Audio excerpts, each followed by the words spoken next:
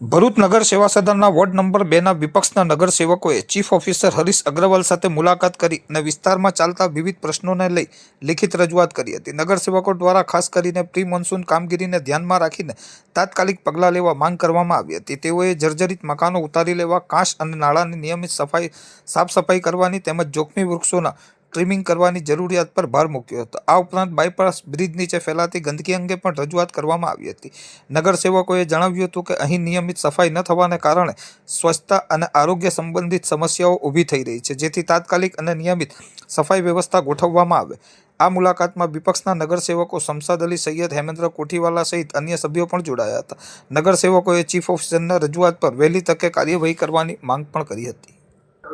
આજ રોજ ભરૂચ નગરપાલિકાના કોંગ્રેસ પક્ષના વોર્ડ નંબર 2ના ચૂંટાયેલા સભ્યો તેમજ વોર્ડ પ્રમુખ દ્વારા નગરપાલિકાના ચીફ ઓફિસર તેમજ તમામ વિભાગના અધિકારી કર્મચારીઓ સાથે શુભેચ્છા મુલાકાત કરી હતી અને આવનારા સમયમાં અમારા વોર્ડના અંદર વિકાસલક્ષી કામગીરી ઝડપથી થાય તે માટેની રજૂઆત કરી હતી।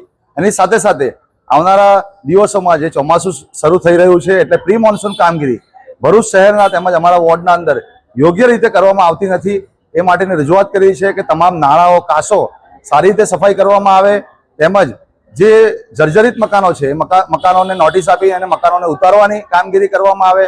જે રસ્તાઓ પર ખાડા છે તો રીસર્ફેસિંગ કરવામાં આવે। જે વૃક્ષોની ડાળીઓ નડતરરૂપ છે તેને ટ્રીમિંગ કરીને ઉતારવામાં આવે।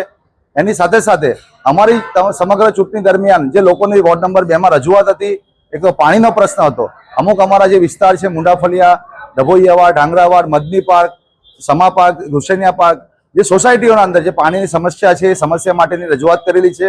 એની સાથે સાથે બાયપાસ બ્રિજની પાસે જે નગરપાલિકાએ સ્ટ્રીટ લાઇટના પોલ નાખેલા છે પણ ઘણા મહિનાથી લાઇટો નથી નાખી, એ માટેની પણ સ્ટ્રીટ લાઇટની લાઇટો નાખવા માટેની રજૂઆત હોય કે પછી બાયપાસ વિસ્તાર અને વોર્ડ નંબર 2ના અંદર બ્રિજ પાસે જે ગંદકી પુષ્કળ થઈ રહી છે એ માટેની તાત્કાલિક સફાઈ કામગીરી કરવા માટેની રજૂઆત કરવામાં આવેલી છે। એની સાથે સાથે ડોર ટુ ડોર અનિયમિત છે એટલે એને નિયમિત કરવામાં આવે। 30 દિવસ ડોર ટુ ડોર કચરો જે ગાર્બેજ કનેક્શન છે એની 30 દિવસ સુધી સર્વિસ લોકોને પૂરી કરવામાં આવે તે માટેની આજે સમગ્ર અમારા સભ્યો વોર્ડ પ્રમુખ દ્વારા રજૂઆત કરેલી છે અને ચીફ ઓફિસરની શુભેચ્છા મુલાકાત કરેલી છે।